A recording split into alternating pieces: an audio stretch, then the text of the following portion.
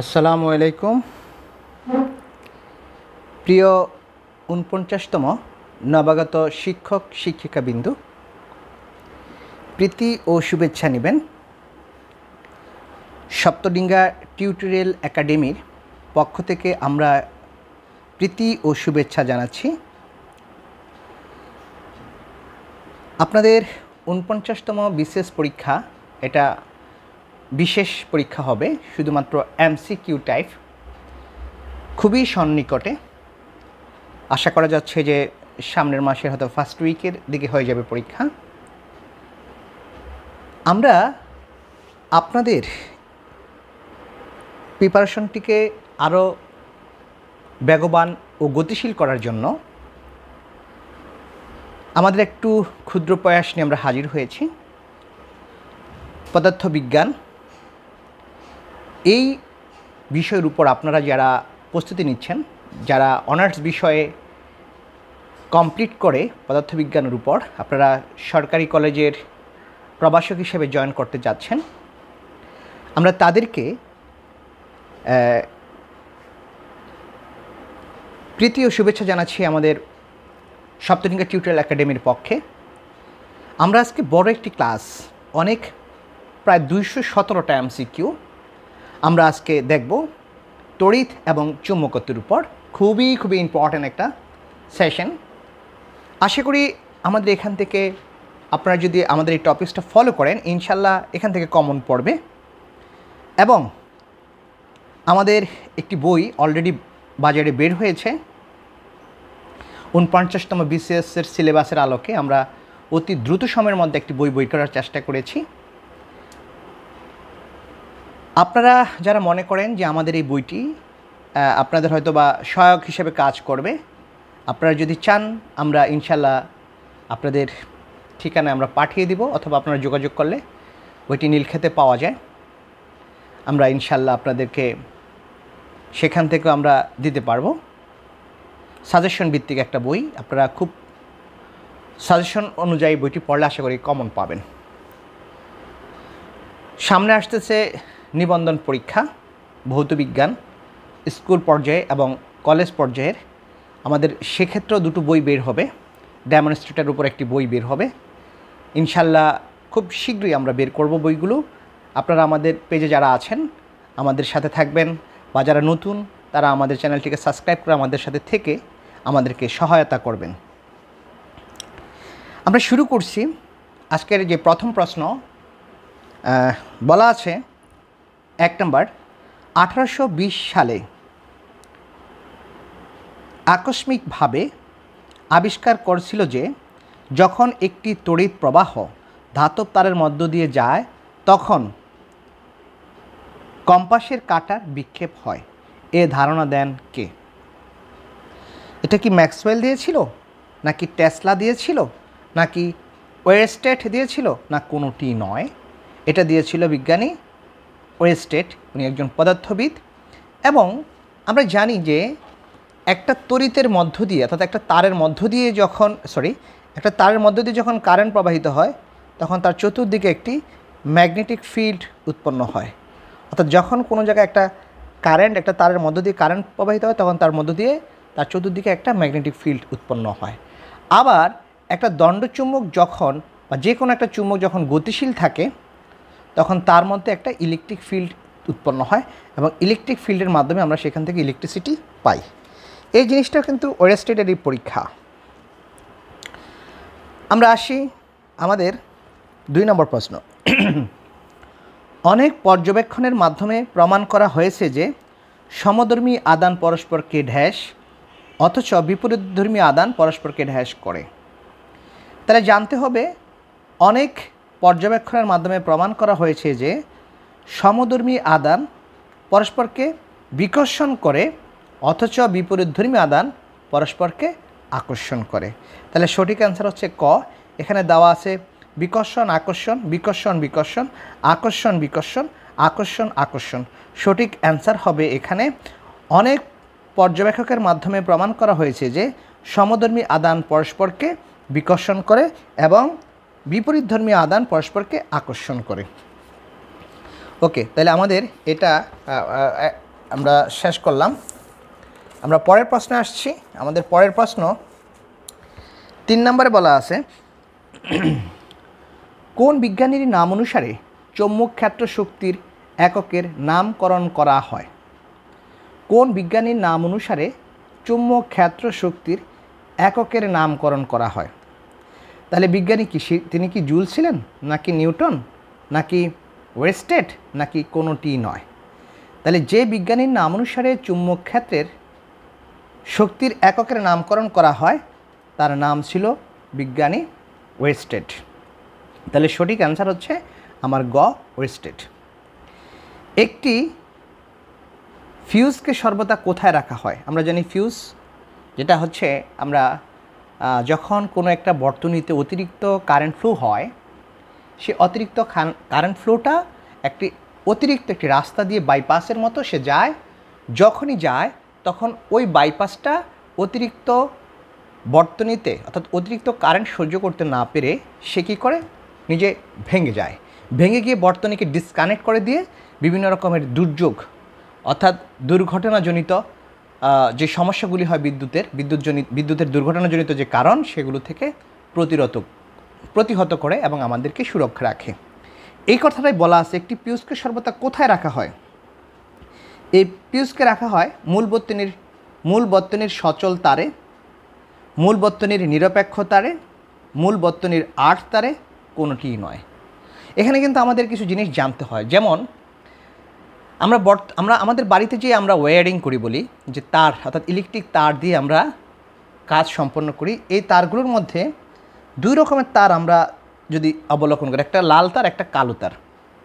এখন এই যে লাল তার, কালো তার, কোনটাকে কী তার বলা হয় সেটাও আমরা এই আজকের সেশনে পড়ব, সামনে আসছি আমরা। তাহলে এখানে হচ্ছে একটি ফিউজকে সর্বদা কোথায় রাখা হয়? ফিউজকে সবসময় রাখা হয় মূল বর্তনীর সচল তারে, অর্থাৎ একটা যে মূল সার্কিট, সেই মূল সার্কিটের সচল তারের মধ্যে এটা রাখা হয়। সচল তার বলতে লাইভ ওয়্যারকে বোঝায়। লাইভ ওয়্যার হলো শ্রেণী সমবায়। এখানে আমরা ছোট্ট একটি নোট দিয়েছি। সচল তার বলতে বোঝায় লাইভ ওয়্যারকে। লাইভ ওয়্যার হচ্ছে যেটা আমার লাল রঙের যে তার, এটাকে লাইভ ওয়্যার বলা হয়। আর কালো রঙের যে তার, সেটাকে বলা হয় নিউট্রাল ওয়্যার। ওকে, আমরা এটা জানি। তাহলে আমরা যদি একটু আসি, যে বলা আছে আমাদের এখানে সচল তার বলতে লাইভ ওয়্যারকে বোঝায়, আর লাইভ তার হলো এটা শ্রেণী সমভাবে রাখতে হয়। 5 নম্বরে বলছে চৌম্বক ক্ষেত্র উৎপন্ন হয় ড্যাশ দ্বারা। চৌম্বক ক্ষেত্র কীভাবে উৎপন্ন হয়? আধান, ভর, চৌম্বক, নাকি পরিবাহী তার? চৌম্বক ক্ষেত্র উৎপন্ন হয় হচ্ছে আমার চৌম্বক দ্বারা। ওকে, পরিবাহী তার এটা আমার অতিরিক্ত তথ্য। পরিবাহী তার, চৌম্বক ক্ষেত্র হলো পরিমাপ যা নির্দেশ করে শুধুমাত্র। চৌম্বক ক্ষেত্র হলো পরিমাণ যা নির্দেশ করে শুধুমাত্র কী নির্দেশ করে? দিক, শুধুমাত্র মান ও দিক উভয়ই, কোনোটিই নয়। তাহলে চৌম্বক ক্ষেত্র নির্দেশ করে মান ও দিক উভয়ই। সুতরাং চৌম্বক ক্ষেত্র এটা হচ্ছে একটা ভেক্টর রাশি। চৌম্বক ক্ষেত্র একটাই ভেক্টর রাশি, সুতরাং এর মান ও দিক আছে। ওকে, এটা আমরা ছোট্ট নোট দিলাম একটা। চুম্বকের ভিতর চুম্বক বলরেখার দিক হলো, চুম্বকের মধ্যে চুম্বক বলরেখার দিক কোথায়? উত্তর থেকে দক্ষিণ, দক্ষিণ থেকে উত্তর, নাকি পূর্ব থেকে পশ্চিম, নাকি পশ্চিম থেকে পূর্ব? তাহলে মনে রাখতে হবে আমাদের যে চুম্বকের ভিতর চুম্বক বলরেখার দিক হলো আমার দক্ষিণ থেকে উত্তর দিকে। কোন দিকে হবে? দক্ষিণ থেকে উত্তর দিকে হবে। খুবই মনোযোগ দিয়ে বুঝতে হবে আমাদের, সেটা হচ্ছে দক্ষিণ থেকে উত্তর দিকে। আমরা একটা নোট দিয়েছি এখানে, চুম্বকের বলরেখার দিক হলো উত্তর থেকে দক্ষিণ দিকে, কিন্তু চুম্বকের ভিতর চুম্বক বলরেখার দিক হলো দক্ষিণ দিক থেকে উত্তর দিকে। খেয়াল রাখতে হবে, যদি বলে চুম্বকের ভিতর চুম্বক বলরেখা, অর্থাৎ যদি আমরা একটু ব্যাখ্যা করি লাইক দিস, যেমন এটা যদি আমার হচ্ছে একটা চুম্বক হয়, এটা নর্থ পোল, এটা সাউথ পোল, তাহলে এই উত্তর মেরু থেকে দক্ষিণ মেরুর দিকে যাচ্ছে। বাট এখানে যখন উত্তর মেরু থেকে দক্ষিণ মেরু আসতেছে, এই বলরেখাটা কোথা থেকে কোথায় যাচ্ছে? সাউথ থেকে দক্ষিণে। তাহলে ভিতরে হচ্ছে সাউথ থেকে দক্ষিণে যায়, আর বাহিরে হচ্ছে উত্তর থেকে দক্ষিণের দিকে যায়। এটাই তাহলে দুটো ব্যাপার, ভিতরে হচ্ছে সাউথ থেকে উত্তর, আর বাইরে হচ্ছে উত্তর থেকে দক্ষিণ।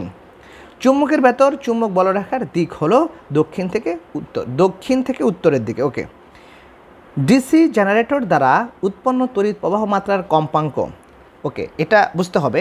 ডিসি জেনারেটর বলা আছে, আমরা জানি দুই রকমের সিগন্যাল, একটা হলো এসি আর একটা হচ্ছে আমার ডিসি। এসি হচ্ছে অল্টারনেট কারেন্ট আর ডিসি হচ্ছে ডিরেক্ট কারেন্ট। এসি কারেন্ট হচ্ছে আমাদের শক করবে আর ডিসি কারেন্ট হচ্ছে আমাদের কোনো শক করবে না। এসি কারেন্ট ধরা যায় না, বাট ডিসি কারেন্ট ধরা যায়, যেহেতু শক করে না। এই ডিসি কারেন্ট হচ্ছে আমরা জানি সময়ের সাপেক্ষে তার দিকটা একই থাকবে, আর এসি কারেন্ট হচ্ছে সময়ের সাথে তার দিকটা প্রতি মুহূর্তে চেঞ্জ হচ্ছে। বাট এই যে ডিসি জেনারেটর, এই ডিসি জেনারেটরের মধ্যে উৎপন্ন তড়িৎ প্রবাহ মাত্রার কম্পাঙ্কটা হচ্ছে আমার 0 হার্টজ। এটা মনে রাখতে হবে যে ডিসি জেনারেটর কম্পাঙ্ক হচ্ছে 0 হার্টজ। তড়িৎ প্রবাহ মাত্রার দিক বিপরীত করা হলে কাটার বিক্ষেপণ হয় ড্যাশ। আমরা যদি তড়িৎ প্রবাহের দিক যদি উল্টে দিই, তাহলে আমাদের যে অ্যামিটার, আমরা সাধারণত অ্যামিটার দ্বারা কী করি, তড়িৎ প্রবাহ মাত্রা মাপি। গ্যালভানোমিটার দ্বারা আমরা তড়িৎ প্রবাহের অস্তিত্ব নির্ণয় করি। তাই দুটো জিনিসই করা হয়, যে একটা বিক্ষেপণ আছে সেই বিক্ষেপণ দ্বারা। বাট বিক্ষেপণ অর্থাৎ তড়িৎ যদি একটা নির্দিষ্ট দিকে যায়, এই তড়িৎ প্রবাহের মাত্রার দিক যদি চেঞ্জ করা হয়, তাহলে এই যে আমার অ্যামিটারের যেই নিডলটা আছে, সুইচ বা যেই অংশটা এটা আমার ঘুরতে থাকে, সেটা কিন্তু দিক পরিবর্তন হয়, অর্থাৎ বিপরীত হয়ে যায়। সমকেন্দ্রিক বৃত্তের প্যাটার্ন নিম্নের কোনটির চতুর্দিকে চৌম্বক ক্ষেত্রের বলরেখা নির্দেশ করে? সমকেন্দ্রিক বৃত্তের প্যাটার্ন মানে একটা বৃত্তকে কেন্দ্র করে অনেকগুলো বৃত্ত, তাহলে সমকেন্দ্রিক বৃত্তের যাদের কেন্দ্রগুলো সমান, প্যাটার্ন নিম্নের কোনটির চতুর্দিকে চৌম্বক ক্ষেত্রের বলরেখা নির্দেশ করে? সেটা কি দণ্ডচুম্বক, নাকি সলিনয়েড, নাকি সরু পরিবাহী তার, নাকি কোনোটিই নয়? তাহলে মনে রাখতে হবে সমকেন্দ্রিক বৃত্তের প্যাটার্ন নিম্নের কোনটির চতুর্দিকে চুম্বক বলরেখার নির্দেশ করে? সেটা হচ্ছে সরু পরিবাহী তার। অর্থাৎ আমরা যদি এরকম সরু পরিবাহী তার দেখাই, এখানে কতগুলো সমকেন্দ্রিক বৃত্ত, এরকমভাবে সমকেন্দ্রিক বৃত্ত দেখাবে, সবগুলোর কেন্দ্র সেম, এই প্রত্যেকটা বৃত্ত হচ্ছে সমকেন্দ্রিক, এই কথাটাই বলা আছে। তাহলে উত্তর হবে সরু পরিবাহী তার। বৃত্তাকার পরিবাহী লুপের মধ্য দিয়ে অতিক্রমকারী চৌম্বক বলরেখার প্রকৃতি কেমন হবে? সেটা কি বৃত্তাকার হবে, নাকি উপবৃত্তাকার হবে, নাকি পরাবৃত্তাকার হবে, নাকি সরল রেখা হবে? বলছে বৃত্তাকার পরিবাহী লুপের মধ্য দিয়ে অতিক্রমকারী চৌম্বক বলরেখার প্রকৃতি হবে সরল রেখা। আমরা দেখেছি সরল রেখা। একটি বিন্দুতে উৎপন্ন চৌম্বক ক্ষেত্রের মান পরিবাহী তারের প্রবাহ মাত্রা বাড়ালে ড্যাশ হয়।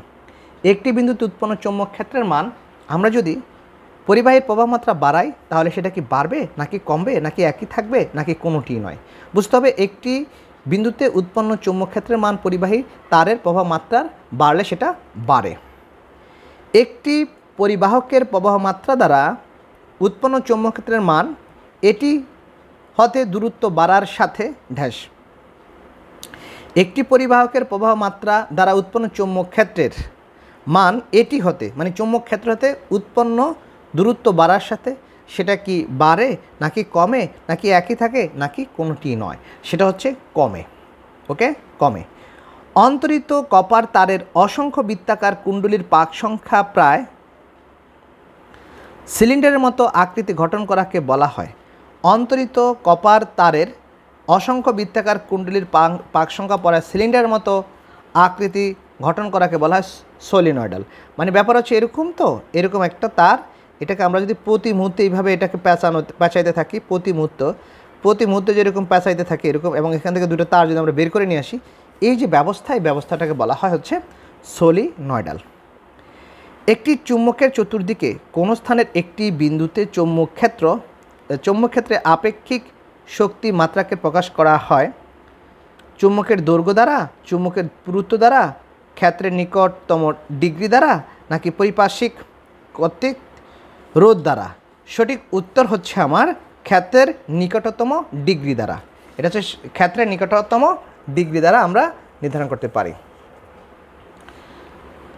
16 নম্বর, সলিনয়েডের কোথায় সকল বিন্দুতে চৌম্বক ক্ষেত্রের মান সমান? একটা সলিনয়েডের ভিতর সকল বিন্দুতে চৌম্বক ক্ষেত্রের মান সমান হবে। এটা কি প্রান্ত বিন্দুতে, নাকি বাহিরে, নাকি ভিতরে, নাকি কোনোটি নয়? মনে রাখতে হবে সলিনয়েডের ভিতরে সকল বিন্দুতে চৌম্বক ক্ষেত্রের মান হচ্ছে সমান। অর্থাৎ আমি এই যে সলিনয়েডটা রাখলাম, এখানে যদি চৌম্বক ক্ষেত্রের মান বি হয়, এখানেও হবে বি, এখানে হবে বি, বাট আউটসাইডে যেটা সেটা বি না হয় বি প্রাইম হবে, চেঞ্জ হবে, একটু চেঞ্জ হবে। তাহলে এটার ভিতরে হচ্ছে সমান হবে। তাড়িৎ চৌম্বক আবেশের সত্য হলো নিম্নের কোন দুইটির মধ্যকার আপেক্ষিক বেগ? তাড়িৎচুম্বক আবেশ অর্থাৎ আমরা যেটাকে বলি ইলেকট্রোম্যাগনেটিক ইন্ডাকশন, এটার কন্ডিশনটা কি? সেটা হচ্ছে গ্যালভানোমিটার এবং চুম্বক এই দুটার আপেক্ষিক বেগ, তারের কুণ্ডলী এবং গ্যালভানোমিটার, তারের কুণ্ডলী এবং চুম্বক কোনোটিই নয়। সেটা হচ্ছে তারের কুণ্ডলী এবং চুম্বক এই দুটার মধ্যবর্তী আপেক্ষিক বেগকে আমরা সত্য হিসেবে নিব তাড়িৎচুম্বক আবেশের সত্য। যখন একটি পরিবাহী তারকে একটি চৌম্বক ক্ষেত্রে অভ্যন্তরে স্থাপন করা হয় তখন এটি কী লাভ করে? যখন একটি পরিবাহী তারকে একটি চৌম্বক ক্ষেত্রের অভ্যন্তরে স্থাপন করা হয় তখন এটি কী লাভ করে? ওকে, একটি পরিবাহী তারকে একটি চৌম্বক ক্ষেত্রের অভ্যন্তরে স্থাপন করা হলে এটি একটি বল লাভ করে। সেটা হচ্ছে আমরা যেটা পড়েছি, যেমন এক ধরনের ফোর্স আমরা বলি যেটা হচ্ছে লন্ডন ফোর্স। এটা কি তড়িৎ প্রবাহ নাকি বল নাকি চাপ নাকি কোনোটাই নয়? উত্তর হচ্ছে আমার বল। তাড়িৎচুম্বক আবেশের ঘটনা হলো কি ঘটনা? একটি বস্তুকে আহিতকরণ মানে চার্জিত করা, একটি কুণ্ডলীর মধ্য দিয়ে প্রবাহিত বিদ্যুতের দরুন চৌম্বক ক্ষেত্র উৎপাদন, একটি চুম্বক এবং কুণ্ডলীর মাঝে আপেক্ষিক বেগের দরুন কুণ্ডলীর মধ্যে আবেশিত বিদ্যুৎ উৎপন্ন করার প্রক্রিয়াকে আমরা বলি তাড়িৎচুম্বক আবেশ। অর্থাৎ একটা চুম্বক এবং কুণ্ডলী এই দুটোর মধ্যে যদি একটা আপেক্ষিক বেগ থাকে তাহলে কুণ্ডলীর মাঝে একটি ইনডিউসড ইলেকট্রিসিটি উৎপন্ন হয়। সুতরাং সঠিক অ্যান্সার হচ্ছে গ। গতে বলছে একটি বৈদ্যুতিক মোটরের কুণ্ডলীকে ঘূর্ণনের প্রক্রিয়া, না এটি হবে, এটি বৈদ্যুতিক মোটরের কুণ্ডলীকে ঘূর্ণনের প্রক্রিয়া। তাহলে সঠিক উত্তর হচ্ছে এটা। 20 নম্বর বলছে সলিনয়েডের মধ্যে দিয়ে প্রবাহিত তড়িৎ কর্তৃক উৎপন্ন চৌম্বক ক্ষেত্রের তীব্রতা কোনটির উপর নির্ভরশীল? তড়িতের মানের উপর, পাক সংখ্যার উপর, কোর ম্যাটেরিয়ালের প্রকৃতির উপর নাকি সবগুলো? সলিনয়েডের মধ্য দিয়ে তাড়িৎচুম্বক কর্তৃক উৎপন্ন চৌম্বক ক্ষেত্রের তীব্রতা ইন্টেন্সিটি এটা নির্ভর করে তড়িতের মানের উপর করবে, পাক সংখ্যার উপর করবে, তারপরে হচ্ছে প্রকৃতির উপর করবে। অর্থাৎ B equal to mu naught I by 2πr একটা সূত্র আছে, যেমন আমরা জানি B equal to mu naught I by 2πa। তাহলে এরকম যদি একটা সূত্র থাকে তাহলে আমরা দেখছি তড়িতের মানের উপর, এটার উপর ডিপেন্ড করতেছে, পাক সংখ্যার উপর, এখানে এন যদি এক পাকের জন্য এন পাকের জন্য এটা এন হবে, আর কোরটির এর উপর। তাহলে এটা আমরা সবগুলো পেলাম। ফ্লেমিং বাম হাতি নিয়ম অনুসারে তর্জনী কোনটির দিক নির্দেশ করে? এটা বল, তড়িৎ প্রবাহ, চৌম্বক ক্ষেত্র কোনোটিই নয়। সঠিক উত্তর হচ্ছে চৌম্বক ক্ষেত্র। এবং এটা মনে রাখার একটা ছোট্ট আছে আমাদের শর্টকাট ট্রিক্স, FMC মনে রাখতে হবে। এফ হচ্ছে ফোর্স, করে থাম অর্থাৎ থাম, মধ্যাঙ্গুল নির্দেশ করে তড়িৎ প্রবাহ মাত্রা, দ্যাট মিন্স এম হচ্ছে মিডল, এবং তর্জনী নির্দেশ করে চৌম্বক ক্ষেত্র, এই জন্য FMC এটা আমরা মনে রাখব। 22 নম্বরে বলছে একটি জেনারেটর কোন নীতির উপর কাজ করে? জেনারেটরটা কোন নীতির উপর কাজ করে? যেখান থেকে আমরা যান্ত্রিক শক্তিকে বিদ্যুৎ শক্তিতে রূপান্তর করতে পারি। তাহলে চৌম্বক ক্ষেত্রে একটি পরিবাহক দ্বারা উৎপন্ন বল, চৌম্বক ক্ষেত্রে একটি পরিবাহক দ্বারা উৎপন্ন বল, তাড়িৎচুম্বক আবেশ, স্থির তড়িৎ, তাড়িৎ ক্ষেত্রে একটি আহিত কণা দ্বারা উৎপন্ন বল। এসি জেনারেটর কোন নীতির উপর কাজ করে? সেটা কাজ করে হচ্ছে ইলেকট্রোম্যাগনেটিক ইন্ডাকশনের উপর, অর্থাৎ একটা নির্দিষ্ট কয়েলের উপর, লাইক দিস। যেমন এখানে একটা কয়েল গতিশীল, এটা ঘুরতেছে, এরকম যদি হয় এটা ঘুরতেছে, এটা যদি গতিশীল থাকে তাহলে এটা যে প্রতি মুহূর্তে কত রকম বল সংখ্যা যাচ্ছে প্রতি ক্ষেত্রফলে প্রতি সেকেন্ডে, সেটার উপর ভিত্তি করেই আমি যদি এখানে একটা সার্কিট রাখি, অর্থাৎ এখানে একটা গ্যালভানোমিটার রাখি, তাহলে দেখব যে এই গ্যালভানোমিটার বিক্ষেপ দিচ্ছে। ওকে, আবার যদি চেঞ্জ করে ফেলি তাহলে গ্যালভানোমিটার উল্টো দিকে বিক্ষেপ দিচ্ছে। এটা আবেশের নীতি অনুসারেই কিন্তু আমার হয়েছে। তারপরে হচ্ছে নিম্নের কোন ডিভাইসসমূহ তড়িৎ পরিবাহক এবং চৌম্বক ক্ষেত্র ব্যবহার করে? নিম্নের কোন ডিভাইসসমূহ তড়িৎ পরিবাহক এবং চৌম্বক ক্ষেত্র ব্যবহার করে? এটা হচ্ছে বৈদ্যুতিক মোটর, বৈদ্যুতিক জেনারেটর, লাউড স্পিকার, উপরের সবগুলো। সঠিক উত্তর হচ্ছে উপরের সবগুলো। যখন একটি প্রোটন স্বাধীনভাবে একটি চৌম্বক ক্ষেত্রের মধ্যে গতিশীল থাকে তখন নিম্নের কোন বৈশিষ্ট্য পরিবর্তিত হতে পারে? যখন একটি প্রোটন স্বাধীনভাবে একটি চৌম্বক ক্ষেত্রে গতিশীল থাকে তখন নিম্নের কোন বৈশিষ্ট্য পরিবর্তিত হতে পারে? ভর, বেগ, গতি, ভরবেগ কোনটি? এখানে ব্যাগও পরিবর্তন হতে পারে, আবার ভরবেগও পরিবর্তন হতে পারে। অ্যাকচুয়ালি পরিবর্তন হয় ব্যাগ, আর ব্যাগের সাথে যেহেতু ভরবেগ জড়িত, তাহলে ব্যাগ যদি পরিবর্তন হয় ইট ইজ হচ্ছে ভ্যারিং অর ভ্যারিয়েবল প্যারামিটার্স। তাহলে এখানে ব্যাগ পরিবর্তন হলে আবার ভরবেগও পরিবর্তন হবে, এই জন্য বলা হচ্ছে ভর এবং ভরবেগ। মানবদেহের কোথায় চৌম্বক ক্ষেত্র উৎপন্ন হওয়া গুরুত্বপূর্ণ? মনে রাখতে হবে মানবদেহের কোথায় চৌম্বক ক্ষেত্র উৎপন্ন হওয়া গুরুত্বপূর্ণ। আমরা যারা মানুষ তাদের কোন কোন অর্গানে ইলেকট্রোম্যাগনেটিক ফিল্ড রয়েছে, সেটা কি শুধুমাত্র হার্টে, হৃৎপিণ্ডে, নাকি শুধুমাত্র মস্তিষ্কে, নাকি উভয় স্থানে, নাকি কোনোটি নয়? মনে রাখতে হবে মানবদেহের চৌম্বক ক্ষেত্র উৎপন্ন হওয়ার গুরুত্বপূর্ণ হচ্ছে শুধুমাত্র হৃৎপিণ্ডে এবং শুধুমাত্র মস্তিষ্কে, অর্থাৎ উভয় স্থানে। ওকে, বৈদ্যুতিক তড়িৎ প্রবাহ মাত্রা উৎপন্নের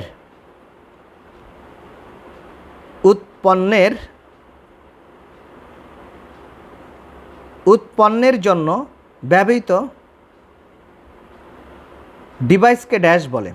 বৈদ্যুতিক তড়িৎ প্রবাহমাত্রা উৎপন্নের জন্য ব্যবহৃত ডিভাইসকে আমরা জানি, অবশ্যই জানি, সেটা হলো জেনারেটর, নাকি গ্যালভানোমিটার, নাকি অ্যামিটার, নাকি মোটর। তাহলে জেনারেটর তো আমরা বলছি যে সেটা হচ্ছে যান্ত্রিক শক্তিকে বিদ্যুৎ শক্তিতে রূপান্তরিত করে। গ্যালভানোমিটার হচ্ছে কোনো একটা বর্তনীতে কারেন্ট আছে কিনা তার অস্তিত্ব মাপে। অ্যামিটার হচ্ছে কারেন্ট মাপে। আর মোটর তো আমরা জানি যে এটা হচ্ছে বৈদ্যুতিক শক্তিকে যান্ত্রিক শক্তিতে রূপান্তর করে। তাহলে এটা হবে জেনারেটর, সঠিক উত্তর। একটি বৈদ্যুতিক মোটর হলো একটি ঘূর্ণনশীল ডিভাইস যা পরিবর্তন করে যান্ত্রিক শক্তিকে বৈদ্যুতিক শক্তিকে যান্ত্রিক শক্তিতে, যান্ত্রিক শক্তিকে গতিশক্তিতে, গতিশক্তিকে যান্ত্রিক শক্তিতে। সঠিক উত্তর হচ্ছে বৈদ্যুতিক শক্তিকে যান্ত্রিক শক্তিতে রূপান্তর করে।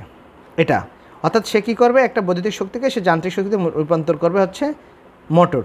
আমরা দেখি মোটর হলো বিদ্যুৎ দিলে এটা চলে, এই মোটর দিয়ে আমরা বিভিন্ন জিনিস ভাঙতে পারি, গাড়ি চালাতে পারি। তাহলে বিদ্যুৎ শক্তিটা যান্ত্রিক শক্তিতে কনভার্ট হয়। এটাই বলা আছে যে ঘূর্ণনশীল ডিভাইস যা বৈদ্যুতিক শক্তিকে যান্ত্রিক শক্তিকে রূপান্তর করে। যখন একটি তড়িৎ পরিবাহী তারকে চৌম্বক ক্ষেত্রে এমনভাবে স্থাপন করা হয় যাতে তড়িতের দিক চৌম্বক ক্ষেত্রের সাথে লম্ব হয়, এটি কোন নীতির উপর বল লাভ করে? জেনারেটর, গ্যালভানোমিটার, ট্রান্সফরমার এবং মোটর। তাহলে এটা হচ্ছে মোটরের উপর বল লাভ করে। একটি ডিসি জেনারেটর কোন নীতির উপর কাজ করে?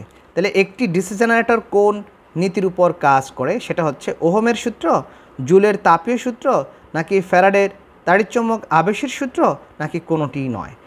তাহলে ডিসি জেনারেটর কাজ করেছে ফ্যারাডের তাড়িৎচুম্বক আবেশের সূত্র। আমরা ল্যান্সের সূত্র জেনেছি। ওকে, এখানেও ঠিক তাই। প্রতি মুহূর্তে চৌম্বক বলরেখার সংখ্যার উপর ভিত্তি করে কিন্তু আমার কি হচ্ছে, আমার তড়িৎ চৌম্বক ক্ষেত্রের মান পরিবর্তন হচ্ছে। যখন কুণ্ডলী এবং চৌম্বক স্থির অবস্থায় থাকে তখন গ্যালভানোমিটারের বিক্ষেপ এটা সর্বোচ্চ হয়, সর্বনিম্ন হয়, শূন্য হয়, অধিক নিম্নত হয়। যখন কুণ্ডলী এবং চৌম্বক স্থির অবস্থায় থাকে তখন গ্যালভানোমিটারের বিক্ষেপ কি হয়, শূন্য হয়। আবেশিত তড়িৎ প্রবাহের মান সর্বোচ্চ পাওয়া যায় যখন কুণ্ডলীর গতির দিক চৌম্বক ক্ষেত্রের সাথে ড্যাশ কোণে থাকে, 90 ডিগ্রি কোণে থাকে। তার মানে বোঝা গেল যে আমরা যে ল্যান্সের সূত্র পড়েছি,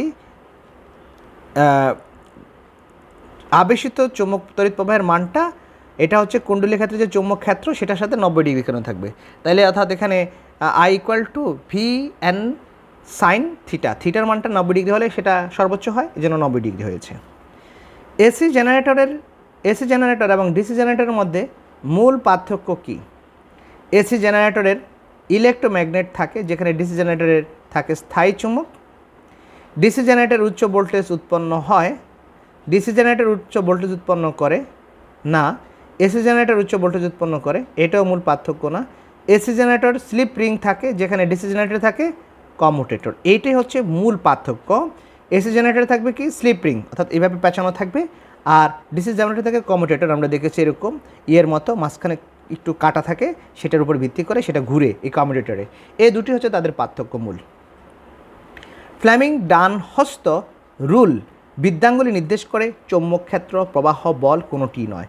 তাহলে ফ্লেমিং ডানহস্ত রুল বৃদ্ধাঙ্গুলি নির্দেশ করে হচ্ছে বল, ফোর্সের মাধ্যমে এটা আমরা বলতে পারি। ফোর্স আমরা একটু আগে যেটা দেখলাম, অর্থাৎ এইভাবে বৃদ্ধাঙ্গুলি যেটা নির্দেশ করবে সেটা হচ্ছে ফোর্স নির্দেশ করবে। এটা হচ্ছে আমার ফোর্স নির্দেশ করবে। এটা ডাইরেক্ট প্রবাহ সর্বদাই ড্যাশ দিক রয়েছে। ডাইরেক্ট প্রবাহ আমরা যেটাকে বলি ডিসি, ডাইরেক্ট প্রবাহ সর্বদাই কি হবে, আমরা যেমন এসি থেকে ডিসিতে কনভার্ট করেছিলাম আমরা কিসের মাধ্যমে, এসিকে আমরা ডিসিতে কনভার্ট করেছিলাম ডায়োড। এখানে একটা সিগন্যাল যখন যায় লাইক দিস, এই সিগন্যালটা যখন যায় এটা পজিটিভ এটা নেগেটিভ, তাহলে পজিটিভকে সে পাস করে নেগেটিভটাকে কেটে দেয়, আবার পজিটিভটাকে পাস করে নেগেটিভটাকে কেটে দেয়, হাফ ওয়ে ব্রিজ রেক্টিফায়ারে, তখন সবগুলো পিক যোগ করলে সেটা হচ্ছে আমার একটা কি হয়ে যায়, আমার একটা সরল রেখা হয়ে যায়। তাইলে ডাইরেক্ট প্রবাহ সর্বদাই হয় একদিকে। এটা বলছে দুই দিক, একদিক, বহুদিক কোনোটি নয়, এটা হচ্ছে আমার একদিক। অধিকাংশ বিদ্যুৎ কেন্দ্রগুলো নিম্নের কোনটি উৎপন্ন করে থাকে? অধিকাংশ বিদ্যুৎ কেন্দ্রগুলো নিম্নের কোনটি উৎপন্ন করে, অর্থাৎ আমাদের দেশে যে বিদ্যুৎ আছে যেমন হচ্ছে কাপ্তাই জলবিদ্যুৎ প্রকল্প হতে পারে, তারপরে হচ্ছে আমার হলো তাপবিদ্যুৎ কেন্দ্র, রূপপুর পারমাণবিক বিদ্যুৎ কেন্দ্র। তো এই যে পারমাণবিক যেই বিদ্যুৎ কেন্দ্রগুলো আমাদের আছে বা তেল ভিত্তিক বিদ্যুৎ কেন্দ্র, যেমন নারায়ণগঞ্জের পাগলাতে একটা আছে, এইভাবে অনেক জায়গায় কিন্তু ফার্নেস ওয়েল থেকে তৈরি করা হয়, কয়লা থেকে বিদ্যুৎ উৎপাদন করা হতে পারে, কয়লা ভিত্তিক বিদ্যুৎ উৎপাদন কেন্দ্র, গ্যাস থেকেই সবচেয়ে বেশি পরিমাণ বিদ্যুৎ উৎপাদন করি আমরা, আমাদের দেশে সবচেয়ে বেশি পরিমাণ গ্যাস, এবং জলবিদ্যুৎ প্রকল্প কাপ্তাই থেকে যেটা উৎপাদন করা হয়, সবগুলোর মূল টার্গেট হচ্ছে এটা এসি কারেন্ট তৈরি করা, অল্টারনেট কারেন্ট, ডিসি না, আর উভয়টি তো করেই না। এসি প্রতি 1/100 সেকেন্ড পর দিক পরিবর্তন করলে এর কম্পাঙ্ক কত? এসি প্রতি, অর্থাৎ একটা অল্টারনেট কারেন্ট প্রতি 1/100 সেকেন্ড পর যদি দিক পরিবর্তন করে তার কম্পাঙ্ক হচ্ছে আমার 50 হার্টজ। 50 হার্টজ। শর্ট সার্কিটের সময় বর্তনীতে তড়িৎ প্রবাহ মাত্রা আকস্মিকভাবে হ্রাস পায়, পরিবর্তন হয় না, মারাত্মকভাবে বৃদ্ধি পায়, ধারাবাহিকভাবে পরিবর্তন হয়। তাহলে শর্ট সার্কিটের সময় বর্তনীতে তড়িৎ প্রবাহ মাত্রা মারাত্মকভাবে বৃদ্ধি পায়, অর্থাৎ যখন শর্ট সার্কিট মানে কি, অল্টারনেট যে পথে যখন যায় ইলেকট্রন, অর্থাৎ তার যে একটা নির্দিষ্ট রোড থাকে সেই রোড না গিয়ে অন্য পথে যদি যায় তখন সেটা শর্ট সার্কিট হয়ে যায়, এবং সেই সার্কিটের জন্য মারাত্মকভাবে বিদ্যুৎ প্রবাহ বৃদ্ধি পায়। এটা কিন্তু যদি আমি কন্ট্রোল করতে না পারি তাহলে বিপদ হবে। এই জন্য শর্ট সার্কিট এড়ানোর জন্য আমরা কী করবো, শর্ট ব্রেকার বা বিভিন্ন ফিউজ ব্যবহার করি। গার্হস্থ্য সরবরাহের জন্য কোন রঙের অন্তরক তারকে লাইভ ওয়্যার বলা হয়? গার্হস্থ্য সরবরাহ মানে বসত বাড়িতে আমরা তারকে যখন সরবরাহ করব, তাহলে অন্তরক তারকে আমরা কোনটাকে লাইভ ওয়্যার বলবো? সেটা হচ্ছে লাল রঙের তারকে বলা আছে নীল, লাল, সবুজ, কমলা, লাল।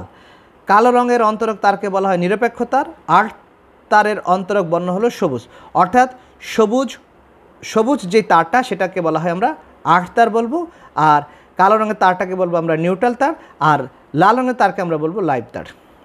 এটা আমরা বলেছি, এটা আমরা পেয়েছি। ভূচুম্বকের উত্তর মেরু কোনটির নিকট অবস্থিত?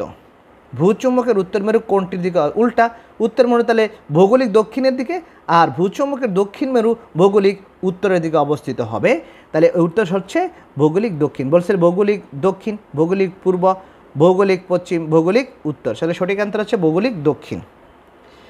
40 নম্বর, একটি আবেশিত তড়িৎচালক শক্তি উৎপন্ন হয় যখন একটি চুম্বক কুণ্ডলীর দিকে গতিশীল থাকে। আবেশিত তড়িৎচালক শক্তির মান কোনটির উপর নির্ভর করে না? কোনটির উপর? একটি চুম্বক যে ব্যাগে গতিশীল থাকে না, এর ব্যাগের উপর, ব্যাগ না থাকলে তো আমার আবেশিত চুম্বক উৎপন্ন হবে, সুতরাং এটা নয়, এটার উপর করে। কুণ্ডলীর পাক সংখ্যা, একটা পাক দিয়ে তো আমি ততটা পাবো না, যেন পাক যত বাড়াবো আমি তত বেশি পাবো, সুতরাং এটার উপরও করে। কুণ্ডলীর রোধের উপর করে কিনা, না, আমরা যে ইকুয়েশন দেখি সেখানে কোনো রোধ নাই।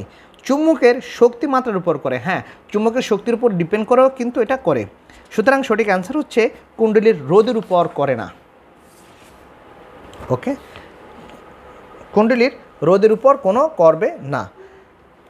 41 নম্বর আসছি, কোনটির পরিবাহক তার চুম্বকের ন্যায় আচরণ করে? কি বলা আছে? কোনটির পরিবাহক তার চুম্বকের ন্যায় আচরণ করে? তাপ, তড়িৎ প্রবাহ, বল, কোনোটি নয়। হ্যাঁ, একটু আগে আমি বলছি ওয়েস্টেডের পরীক্ষা, একটি তারের মধ্যে যখন কারেন্ট প্রবাহিত হয় তখন তার চতুর্দিকে একটা ম্যাগনেটিক ফিল্ড উৎপন্ন হয়। তাহলে কোনটির পরিবাহক তার চুম্বকের ন্যায় আচরণ করে? যখন তারের মধ্যে তড়িৎ প্রবাহিত হবে। তাপ থাকলে হবে না, বল থাকলে হবে না, লন্ডন ফোর্স যেটা সেটাও হবে না, সুতরাং এখানে থাকতে হবে কি? তড়িৎ প্রবাহ। ডিসি জেনারেটরে নিম্নের কোনটি ব্যবহার করা হয় না? আমরা কোনটা ব্যবহার করি না? চুম্বক, আর্মেচার, স্প্লিট রিং এবং কমিউটেটর। আমরা ডিসি জেনারেটর কমিউটেটর করি, এই স্প্লিটিং রিং এটা ব্যবহার করি না, সেটা অ্যান্সার হচ্ছে গ। এটা একটু আমাদের মিস্টেক হয়েছে, এটা হবে গ অ্যান্সার, স্প্লিটিং রিং। চৌম্বক ক্ষেত্রের উপস্থিতি নির্ধারণ করা যায় কোনটির মাধ্যমে? ওকে, চৌম্বক ক্ষেত্রের উপস্থিতি নির্ধারণ করা যায় কোনটির মাধ্যমে? আমরা কোনটির মাধ্যমে বুঝবো যে এখানে চৌম্বক ক্ষেত্র আছে? সেটা কি চৌম্বক কাঁটা, নাকি আর্মেচার, নাকি গ্যালভানোমিটার, নাকি ভোল্টমিটার? চৌম্বক কাঁটা বিক্ষেপ দিলে আমরা বুঝবো যে এখানে চৌম্বক ক্ষেত্রের উপস্থিতি আছে কি নাই। তাহলে চৌম্বক কাঁটা আর্মেচারও না, গ্যালভানোমিটারও না। গ্যালভানোমিটার হচ্ছে বিদ্যুতের প্রবাহ মাত্রা অস্তিত্ব এবং পরিমাপ করে। ভোল্টমিটার হচ্ছে এটা একটা বর্তনী দুই প্রান্তের বিভব মাপে। সুতরাং সঠিক অ্যান্সার হচ্ছে চৌম্বক ক্ষেত্র, চৌম্বক কাঁটা। যখন তড়িৎ প্রবাহ মাত্রা চৌম্বক ক্ষেত্রের সমান্তরাল হয় তখন সুষম চৌম্বক ক্ষেত্রে স্থাপিত পরিবাহী তারে অনুভূত বল কত হবে? যেহেতু সুষম হলে আমরা জানি এটা সাইন থিটার সাথে সমানুপাতিক, তাহলে এই যে F is proportional two sine theta আমরা বলতেছি, তাহলে এই থিটার মান যদি শূন্য হয় তাহলে সাইন জিরোর মান জিরো, অর্থাৎ টোটাল ফোর্সটা হয়ে যায় আমার শূন্য। বলছে যখন কোণ 60 ডিগ্রি তার দ্বিগুণ, নো। যখন কোণ 60 ডিগ্রি তার দ্বিগুণ, তিন গুণ, ত্রিগুণ, আর শূন্য অসীম, এটা হচ্ছে শূন্য। আর্থ ওয়্যার প্রবাহিত করে ড্যাশ। আর্থ ওয়্যার প্রবাহিত করে কি?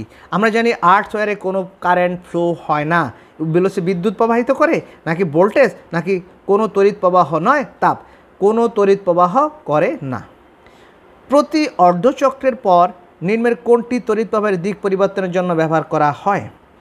আর্মেচার, স্প্লিট রিং, ব্রাশ, নাকি চুম্বক? এটা হচ্ছে স্প্লিট রিং, এটা আমরা ব্যবহার করি। 47 আমরা জানি বৈদ্যুতিক আদানের এসআই একক কোনটি? আমরা জানি বৈদ্যুতিক এককের এসআই একক হচ্ছে কুলম। ওকে, সেটা হচ্ছে বৈদ্যুতিক আদানের একক কুলম। অর্থাৎ আমরা জানি I equal to Q divided by T, তাহলে Q equal to I T. I মানে অ্যাম্পিয়ার, টি মানে সেকেন্ড, তাহলে 1 কুলম ইকুয়াল টু 1 অ্যাম্পিয়ার সেকেন্ডও কিন্তু লেখা যায়। তো এটা একটা ফর্মুলা, এটা সঠিক অ্যান্সার হচ্ছে অ্যাম্পিয়ারও না, এটা তড়িৎ প্রবাহ মাত্রার একক কুলম, এটা ওহম রোধের একক, ভোল্ট বিভব পার্থক্যের একক, তাহলে সঠিক অ্যান্সার হচ্ছে কুলম। নিম্নের কোনটি ওহমের সূত্র? ওহমের সূত্র I equal to V by আর।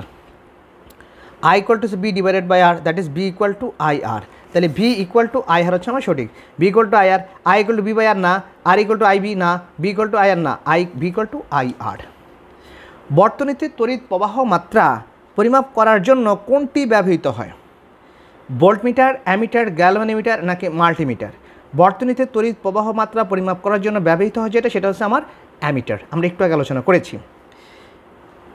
একটি বৈদ্যুতিক বর্তনীতে তড়িৎ প্রবাহিত হয় ঋণাত্মক থেকে ধনাত্মকের দিকে, ধনাত্মক থেকে ঋণাত্মক। একটি বৈদ্যুতিক বর্তনীতে তড়িৎ প্রবাহিত হয়, একটু বুঝতে হবে। আমরা একটা সিম্পল সার্কিট নিয়ে কাজ করি, এটা একটা সিম্পল সার্কিট, এ হচ্ছে আমার একটা সেল, আর এটা হচ্ছে আমার একটা লোড। এখানে একটা লোড দিলাম, সেটা হতে পারে আমার একটা বাল্ব হতে পারে, আর এখানে আমি দিচ্ছি একটা চাবি যদি দিয়ে দিই তখন কারেন্ট ফ্লো হবে। তবে কারেন্ট ফ্লো হলে ইলেকট্রনগুলো এটা পজিটিভ প্রান্ত, নেগেটিভ প্রান্ত থেকে পজিটিভ প্রান্তের দিকে যায়, বাট কারেন্ট যায় হচ্ছে পজিটিভ প্রান্ত থেকে নেগেটিভ প্রান্তের দিকে। তাহলে সঠিক অ্যান্সার হচ্ছে আমাকে চেয়েছে একটি বৈদ্যুতিক বর্তনীর তড়িৎ প্রবাহিত হয় কোথায়? তাহলে তড়িৎ প্রবাহিত হয় ধনাত্মক থেকে ঋণাত্মকের দিকে, আর ঋণাত্মক থেকে ধনাত্মকের দিকে যায় হচ্ছে ইলেকট্রন। এটা হচ্ছে কনভেনশনাল মেথড, এটা একটা নিয়ম আছে, তখন উল্টা হয়ে যায়। This is the conventional method. যদি বলে কনভেনশনাল মেথডটা কী, তাহলে সেটা হচ্ছে ধনাত্মক থেকে ঋণাত্মকের দিকে যায়। ধনাত্মক থেকে ঋণাত্মকের দিকে, উচ্চ রোধ থেকে না, নিম্ন ভূমি থেকে না, এটা হচ্ছে ধনাত্মক থেকে ঋণাত্মকের দিকে। পরিবাহী রোধ নির্ভর করে কোনটির উপর? পরিবাহী রোধ আমরা একটু আগে যদি দেখেছি, আমরা জানি যে রোধ R is proportional to L, R is inversely proportional to হচ্ছে 1/a।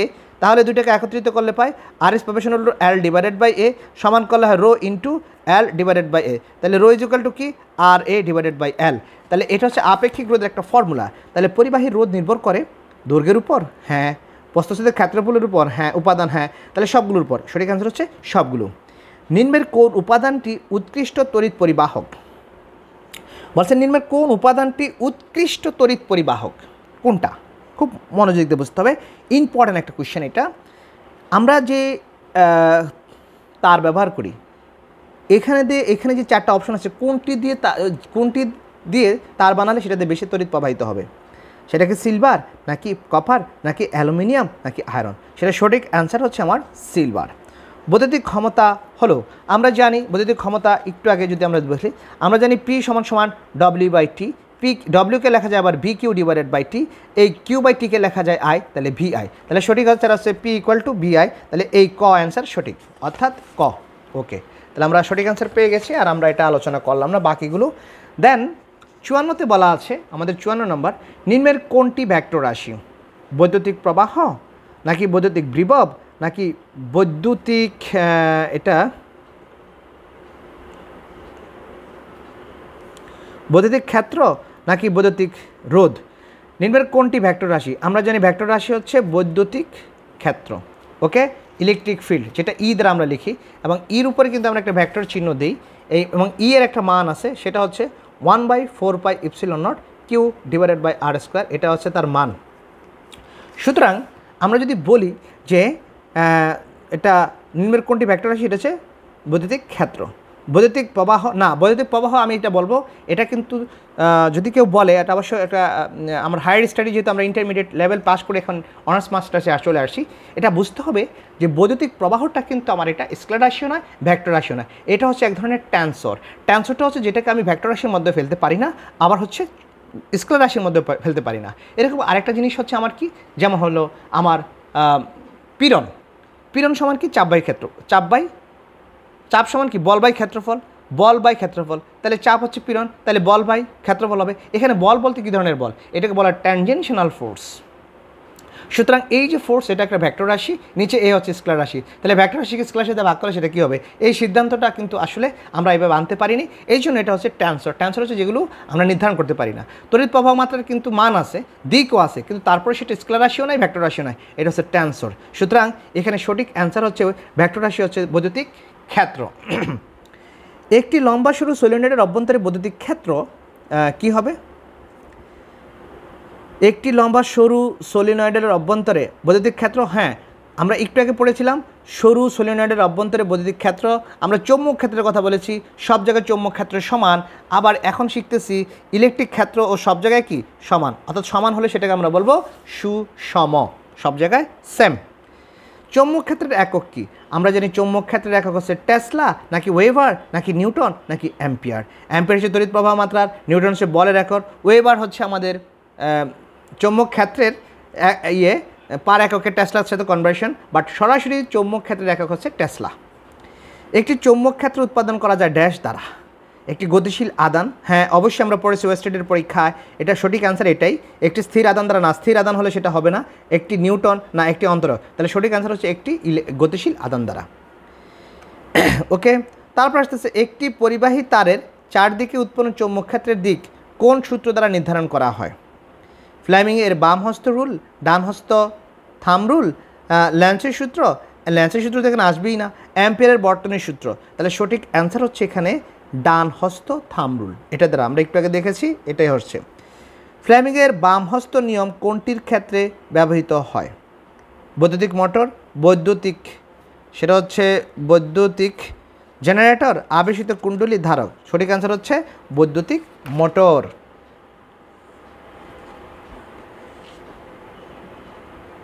ওকে, তারপরে আমরা আসতেছি 60 নম্বর। ফ্লেমিংয়ের ডান হস্ত নিয়ম কোনটির ক্ষেত্রে ব্যবহৃত হয়? বাম হস্ত হচ্ছে মোটরের ক্ষেত্রে, আর বাম হস্ত হচ্ছে জেনারেটরের ক্ষেত্রে, মনে রাখতে হবে। ফ্লেমিংয়ের ডান হস্ত যে নিয়মটা সেটা জেনারেটরের ক্ষেত্রে, আর বাম হস্ত যে নিয়মটা সেটা হচ্ছে আমার বৈদ্যুতিক মোটরের ক্ষেত্রে, এটা একটু মনে রাখতে হবে। বাম হস্ত নিয়মটা হলো মোটরের ক্ষেত্রে, আর ডান হস্তটা হচ্ছে জেনারেটরের ক্ষেত্রে। আবেশিত কারেন্টের দিক কোন বিজ্ঞানী নির্ধারণ করেন?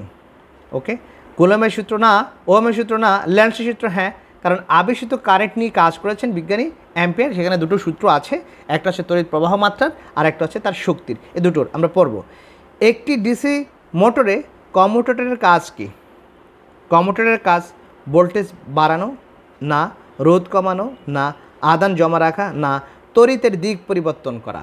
হ্যাঁ, তাহলে একটি ডিসি মোটরে কমিউটেটরের কাজ হচ্ছে তড়িতের দিকটাকে পরিবর্তন করে দেব, জাস্ট ইলেকট্রিসিটির যে দিকটা থাকবে ডিরেকশন, সেটাকে আমরা পরিবর্তন করে দেব। চৌম্বক ফ্লাক্স পরিমাপ করা হয় ড্যাশ দ্বারা।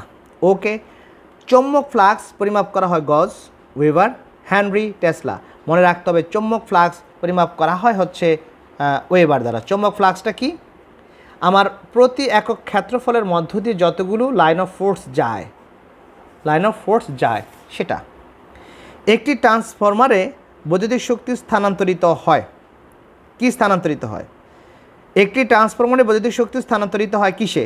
নিম্ন ভোল্টেজ থেকে উচ্চ ভোল্টেজে, উচ্চ ভোল্টেজ থেকে নিম্ন ভোল্টেজে, ভৌত স্পর্শ ছাড়া এক কুণ্ডলী থেকে আরেক কুণ্ডলীতে।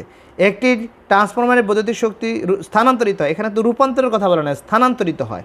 তাহলে কি স্থানান্তর করে সে? আর এটা স্টেপ আপ ট্রান্সফরমার একটা আছে, স্টেপ ডাউন ট্রান্সফরমার আছে। স্টেপ আপ ট্রান্সফরমার হচ্ছে উচ্চ ভোল্টেজকে নিম্ন ভোল্টেজে পরিবর্তন করে, আর স্টেপ ডাউন ট্রান্সফরমার যেটা সেটা নিম্ন ভোল্টেজকে উচ্চ ভোল্টেজে পরিবর্তন করে। বাট এখানে বলা আছে একটি ট্রান্সফরমার বৈদ্যুতিক শক্তি স্থানান্তরিত হয় কি? সেটা তো ভৌত স্পর্শ ছাড়া এক কুণ্ডলী থেকে আরেক কুণ্ডলীতে স্থানান্তরিত হয়। শক্তিটা, বৈদ্যুতিক শক্তিটা স্থানান্তরিত হয় এক কুণ্ডলী থেকে আরেক কুণ্ডলীতে। আমরা একটু দেখেছি এত কুণ্ডলী যেরকম হয় এরকম পরপর দুইটা কুণ্ডলী রাখবো, এখান থেকে এখানে ট্রান্সফার হয়ে যাবে শক্তিটা, এক কুণ্ডলী থেকে আরেক কুণ্ডলীতে যায়। বাসা বাড়িতে কোন ধরনের বিদ্যুৎ ব্যবহৃত হয়? হ্যাঁ, এটা কিন্তু important. DC, AC, pulsating DC কোনোটিই নয়। ওকে, ডিসি, এসি, আরেকটা হচ্ছে পালসেটিং, পালস দিয়ে যেটা হয় আমরা যে বলছি পজিটিভ অর্থাৎ স্কোয়ার ওয়েভ, নট সটুথ ওয়েভ। সটুথ ওয়েভও আমরা নিতে পারি, করাতের দাঁতের মতো যেই ওয়েভ ফ্রন্টটা থাকবে সেটা আমরা নিতে পারি। তো এখানে সঠিক অ্যান্সারটা হচ্ছে আমার হলো এসি, এসি হবে। একটি গ্যালভানোমিটারকে অ্যামিটারে রূপান্তর করা যায় কিভাবে? একটি গ্যালভানোমিটারকে আমরা জানি গ্যালভানোমিটার হচ্ছে কোনো একটা বর্তনীতে তড়িৎ প্রবাহ মাত্রার অস্তিত্ব আছে কি নাই সেটা আইডেন্টিফাই করা। বাট এটাকে যখন আমি কি করব, অ্যামিটারে রূপান্তর করব, কিভাবে করব? অ্যামিটার হলে সেটা অস্তিত্ব নির্ভর করবেই, নির্ণয় করবে, সাথে সাথে কতটুকু কারেন্ট ফ্লো হচ্ছে সেটাও নির্ণয় করবে। তাহলে একটি গ্যালভানোমিটারকে অ্যামিটারে রূপান্তর করা যায় কিভাবে? শ্রেণীতে উচ্চ রোধের সাথে, সমান্তরালে নিম্ন রোধের সাথে, সমান্তরালে উচ্চ রোধের সাথে, শ্রেণীতে নিম্ন রোধের সাথে। আর এটা হচ্ছে সমান্তরালে নিম্ন রোধের সাথে আমরা এটাকে কানেক্ট করে আমরা একটা জেনারেটরকে, অর্থাৎ সমান্তরালে নিম্ন রোধের সাথে যখন আমরা যুক্ত করব, অর্থাৎ একটা বর্তনীতে যত রোধ থাকবে, সে এ একটা রোধ আছে, এ একটা রোধ আছে, এটা ধরলাম 30, এটা হচ্ছে 20। তাহলে এই যে এটা হলো নিম্ন রোধ, এই নিম্ন রোধের সাথে কিসে যুক্ত করতে হবে? সমান্তরালে। সমান্তরালে যখন আমি গ্যালভানোমিটারকে যুক্ত করব তখন এটা হয়ে যাবে অ্যামিটার। আমরা জানি নর্মালি অ্যামিটার হচ্ছে একটা বর্তনীর মধ্যে কোথায় থাকে? শ্রেণী সমবায়ে। আর ভোল্টমিটার থাকে সমান্তরাল সমবায়ে। কিন্তু যখন আমি একটা গ্যালভানোমিটারকে নিম্ন রোধে আমি সেটাকে শ্রেণীতে যুক্ত করব তখন সেটা অ্যামিটারের মতো কাজ করবে। তড়িৎ বলরেখা কখনো ড্যাশ। আমরা তড়িৎ বলরেখার বৈশিষ্ট্য নিয়ে একটা প্রশ্ন এসেছে। এটা আমরা জানি line of force, electric line of force এক বিন্দু থেকে আরেক বিন্দুতে যাবে, কিন্তু কখনো তারা পরস্পরকে স্পর্শ করবে না। ম্যাগনেট বাইরে কোনো এক্সটার্নাল ফিল্ড সেটা হতে পারে ইলেকট্রিক ফিল্ড অথবা ম্যাগনেটিক ফিল্ড, এটা দ্বারা কোনো প্রভাবিত হয় না। তাহলে তড়িৎ বলরেখা কখনো একে অপরকে অতিক্রম করে না। কী করে না? আর আমরা দেখেছি একে অপরকে অতিক্রম করে না। ধনাত্মক আদান থেকে শুরু হয়, ঋণাত্মক আদান থেকে শুরু হয়, শূন্যস্থানে অবস্থান করে। তাহলে তড়িৎ বলরেখাগুলো একে অপরকে কখনো স্পর্শ করে, অতিক্রম করে না। অর্থাৎ আমরা যদি দেখি তড়িৎ বলরেখা একদিকে থেকে আরেক দিকে যায়, কিন্তু তারা পরস্পর সমান্তরালভাবে বের হয়ে যায়। তাড়িৎ বিভব একটি ড্যাশ রাশি। আমরা জানি তাড়িৎ বিভব একটা স্কেলার রাশি, কারণ তাড়িৎ বিভব এটা বের করার জন্য আমাদের সূত্র হচ্ছে B = 1/4πε0Q/R। সুতরাং এটা হচ্ছে একটি স্কেলার রাশি। আমরা আসবো সামনে। একটি ধারক জমা রাখে, কি জমা রাখে? তাড়িৎ আধান, চৌম্বক ক্ষেত্র, তাড়িৎ শক্তি ক এবং ঘ। একটি ধারক জমা রাখে, মনে রাখতে হবে, আমরা শুধু মনে রাখি যে একটি তাড়িৎ শুধু জমা রাখে হচ্ছে সে আদান, আসলে না, সে তাড়িৎ শক্তিও কিন্তু জমা রাখে। কারণ আমরা তাড়িৎ শক্তি জানি U = 1/2CV²। এটাকে আরও 3টা ফর্মুলা আছে। তাহলে সে কিন্তু আদান এবং শক্তি দুটোকে কিন্তু সংরক্ষণ করে বা জমা রাখে। তাহলে সঠিক অ্যান্সার হচ্ছে ক এবং গ। নিম্নের কোনটি চৌম্বক পদার্থ না? চৌম্বক পদার্থ নয় কোনটি? এটা হচ্ছে আয়রন, কোবাল্ট, নিকেল নাকি অ্যালুমিনিয়াম। তাহলে চৌম্বক পদার্থ না হচ্ছে অ্যালুমিনিয়াম। আয়রন চৌম্বক পদার্থ, কোবাল্ট চৌম্বক পদার্থ, নিকেল চৌম্বক পদার্থ, এটা সবাই ডি ব্লক মৌল, এই জন্য এদের চৌম্বক ধর্ম আছে আমরা জানি।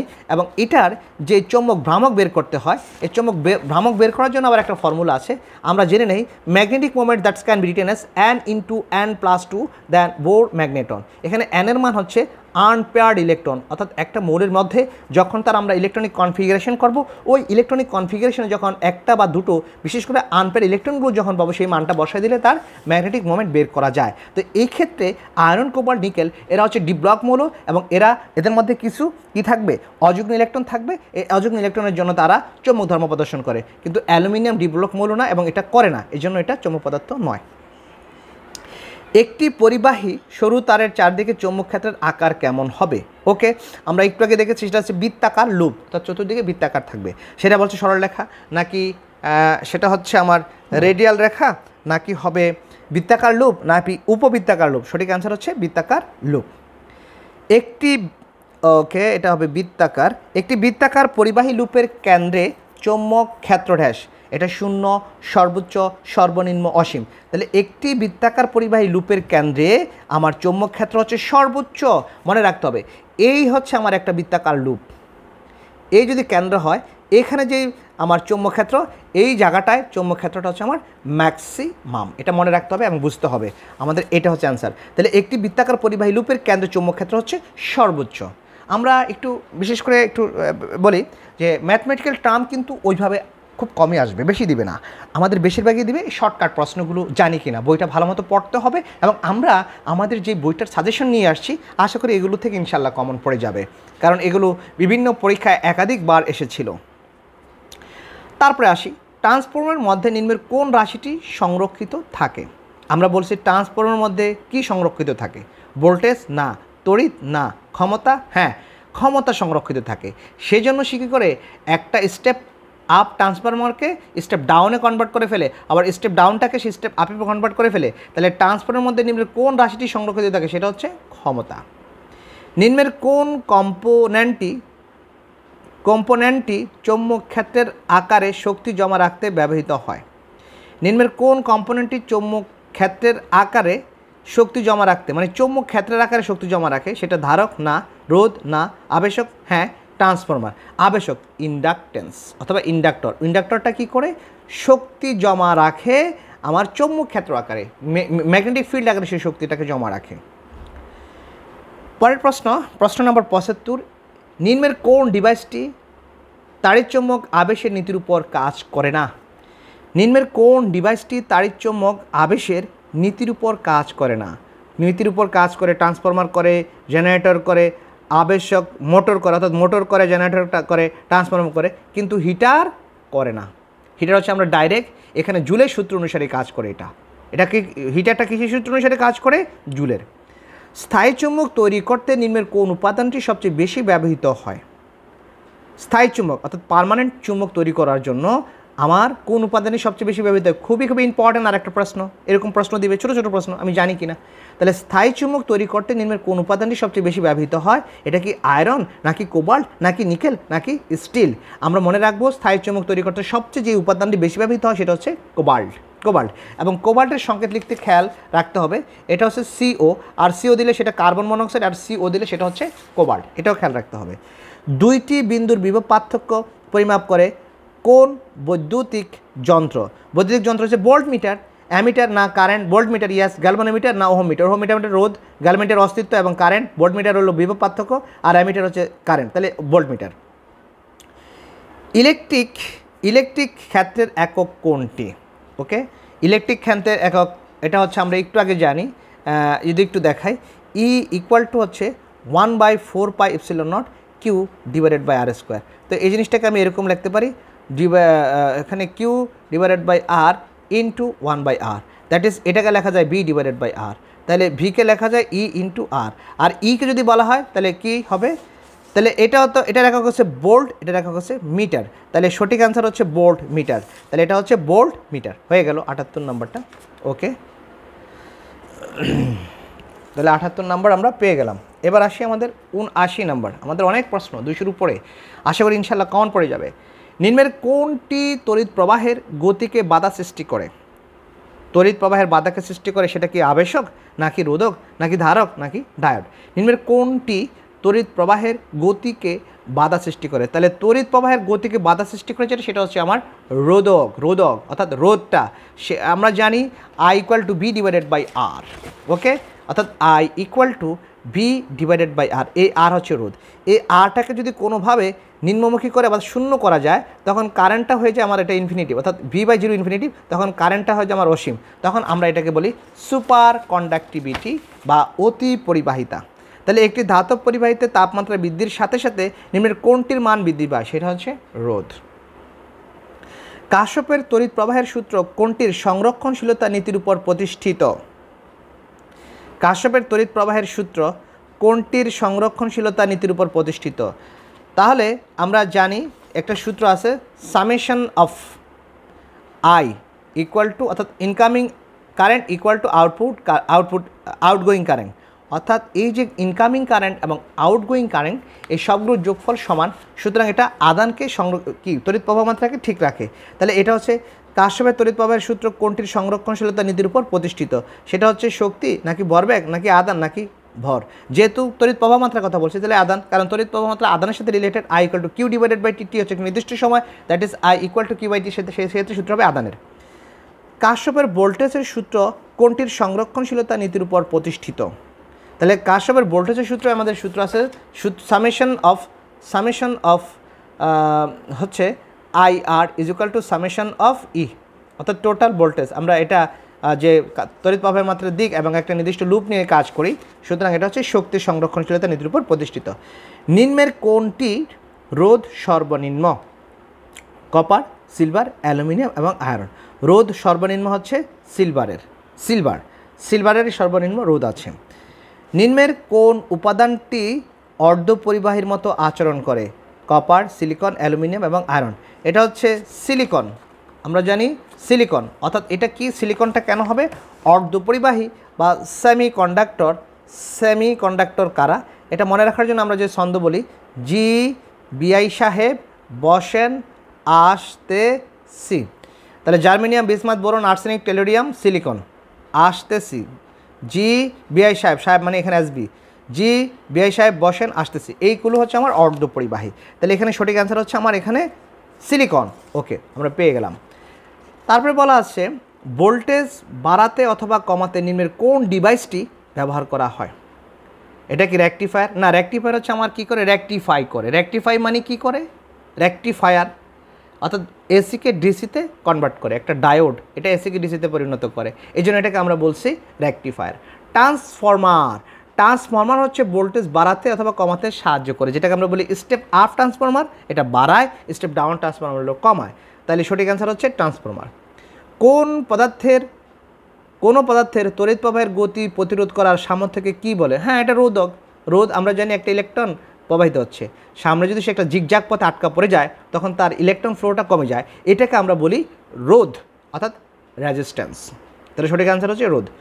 একটি বর্তনীর ফিউজের প্রয়োগ কী কারণে ফিউজ ব্যবহার করা হয়? অতিরিক্ত কী বলছে, তড়িৎ প্রবাহ বৃদ্ধি করা? না, তড়িৎ প্রবাহ বৃদ্ধি করা না। ভোল্টেজ স্থির রাখা? না, তাও না। অতিরিক্ত তাপ প্রতিরোধ করা? তাও না। অতিরিক্ত প্রবাহ প্রতিরোধ করা।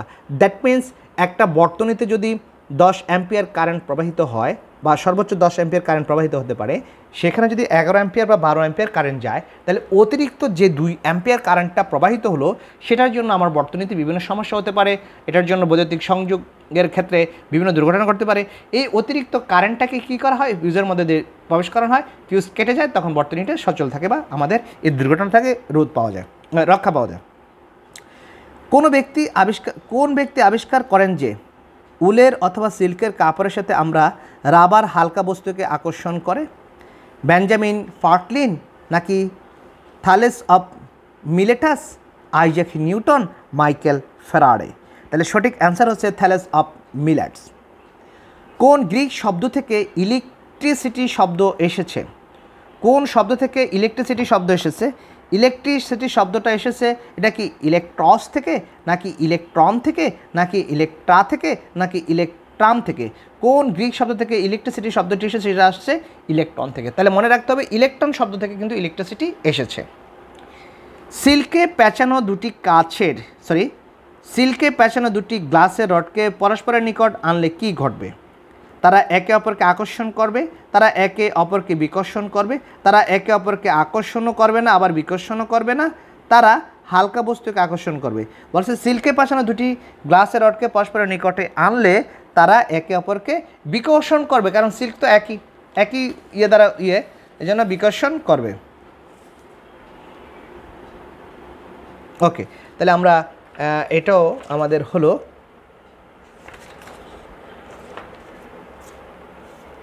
তারপর আসছে আমাদের 92 নম্বরটা।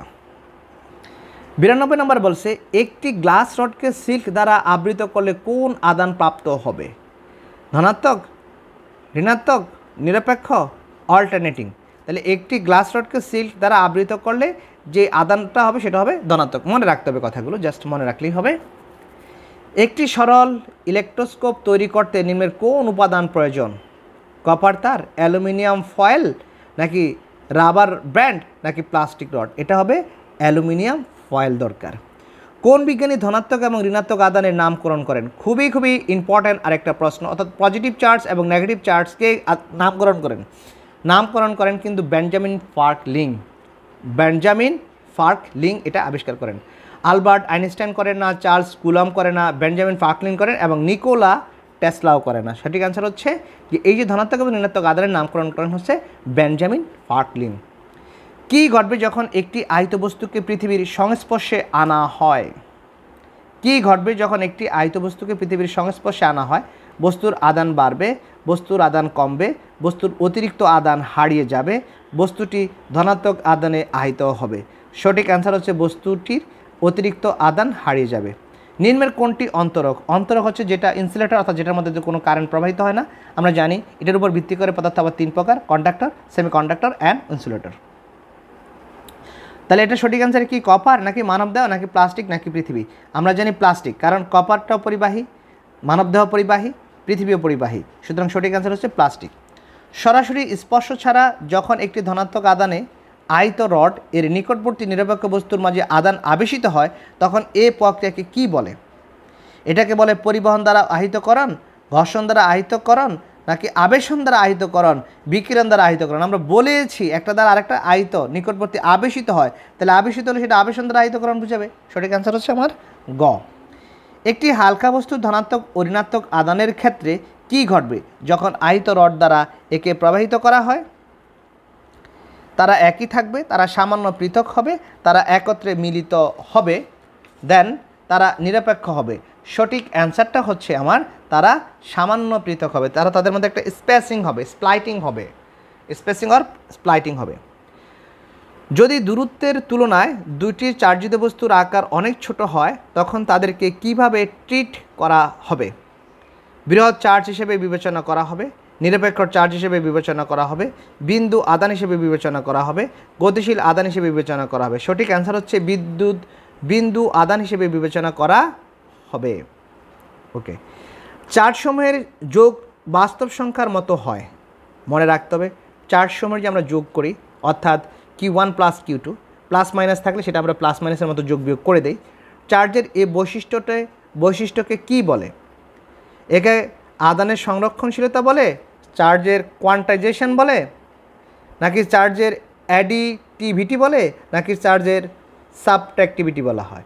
অর্থাৎ এটাকে বলা হয় চার্জের অ্যাডিটিভিটি অর্থাৎ যোগ করা। অ্যাডিটিভ থেকে আসছে বা অ্যাডিশন থেকে আসছে, চার্জকে যোগ করা হলো অ্যাডিটিভিটি।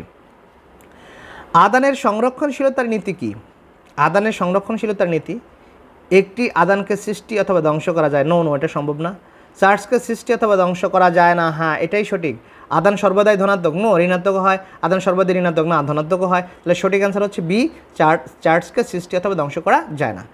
চার্জের কোয়ান্টাইজেশন ব্যাখ্যা করার জন্য আধানের কোন মৌলিক একক ব্যবহার করা হয়? কুলম, অ্যাম্পিয়ার, ইলেকট্রন এবং প্রোটন। সঠিক অ্যান্সার হচ্ছে ইলেকট্রন। অর্থাৎ Q equal to N E. কিউটা হচ্ছে আমার টোটাল চার্জ, এন হচ্ছে পূর্ণ সংখ্যা, ই হচ্ছে একটা ইলেকট্রনের চার্জ, অর্থাৎ 1.6 × 10⁻⁻19 কুলম। যদি এখানে এন এর মান পজিটিভ আসে তাহলে সেটা অর্থাৎ পূর্ণ সংখ্যা আসে তাহলে সেটা সম্ভব চার্জটা, আর যদি না আসে তাহলে সেটা সম্ভব নয়। এটাই হচ্ছে আমার চার্জের কোয়ান্টাইজেশন। কোন বিজ্ঞানী পরীক্ষামূলকভাবে চার্জের কোয়ান্টায়ন প্রদর্শন করেন? মনে রাখতে হবে কোন বিজ্ঞানী পরীক্ষামূলকভাবে চার্জের কোয়ান্টায়ন প্রদর্শন করেন?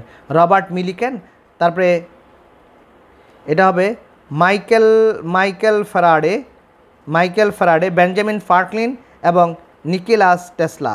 সঠিক অ্যান্সার হচ্ছে কোন বিজ্ঞানী পরীক্ষামূলকভাবে চার্জের কোয়ান্টায়ন প্রদর্শন করেন? সেটা হচ্ছে রবার্ট মিলিকেন।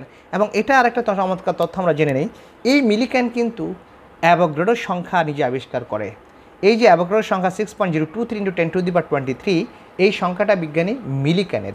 কিন্তু মিলিকেন থেকে অ্যাভোগাড্রোর সংখ্যাটি চুরি করে তার নামে চালিয়ে দেয়, কিন্তু অ্যাকচুয়ালি এটার দাবিদার হচ্ছে বিজ্ঞানী মিলিকেন। এই সেই বিজ্ঞানী মিলিকেন। চার্জের আন্তর্জাতিক একক কোনটি? Ampere, coulomb, volt, ohm. তাহলে সঠিক অ্যান্সার হচ্ছে চার্জের হলো আমার কুলম। চার্জের আন্তর্জাতিক একক হচ্ছে কুলম। আমরা আসলে বড় ক্লাস নিতে চাচ্ছি না, যেহেতু ধৈর্যের একটা ব্যাপার আছে সবারই। আমাদের 1 ঘন্টার একটা ক্লাস হয়ে গেল। আমরা নেক্সট এখানে আমাদের টোটাল 217টা প্রশ্ন আছে। আমরা 104টা প্রশ্ন আজকে সমাপ্ত করেছি। আমরা নেক্সট ক্লাসে আরও বাকি যে প্রশ্নগুলি থাকবে, অর্থাৎ 113টার মতো বা 12-14টার মতো, এই প্রশ্নগুলো আমরা নেক্সট ক্লাসে আমরা সলভ করে দিব, অর্থাৎ এখানে আলোচনা করব। আলোচনা করলে ইনশাল্লাহ একটু মনোযোগ দিলেও, এটা বুঝলেও অনেক কিছু ইনশাল্লাহ কমন পড়ে যাবে। তো আমরা এখানে ক্লাসটিকে আর দীর্ঘায়িত করব না। আমরা সর্বশেষ আবার ছোট্ট একটি রিকোয়েস্ট করব যে যারা এখনও আমাদের এই বইটি সংগ্রহ করেনি, আমাদের সাথে যোগাযোগ করলে ইনশাল্লাহ আমরা বইয়ের ব্যাপারে আপনাদের হেল্প করব, আমরা পাঠিয়ে দিব। জাস্ট সাজেশনমূলক আমরা অতি দ্রুত সময়ের জন্য বইটি বের করেছি। অনেকগুলো বই আমরা করে এখান থেকে সঠিক অ্যান্সারটা অ্যানালাইসিস করে বের করে আমরা এই বইটা আমরা তৈরি করেছি খুব দ্রুত সময়ের মধ্যে। আমরা ইনশাল্লাহ আপনারা নক দিলে আমরা পাঠিয়ে দিব। আমরা ক্লাসটি আর দীর্ঘায়িত করতে চাচ্ছি না, এখানে সমাপ্ত করছি। যারা আমাদের চ্যানেলে নতুন, আমাদের সাথে যদি থাকেন, আমাদেরকে যদি মনে করেন না আমার হয়তোবা কিছু একটা উপকার হতে পারে, আমাদের চ্যানেলটিকে সাবস্ক্রাইব করে আমাদের সাথে থাকবেন।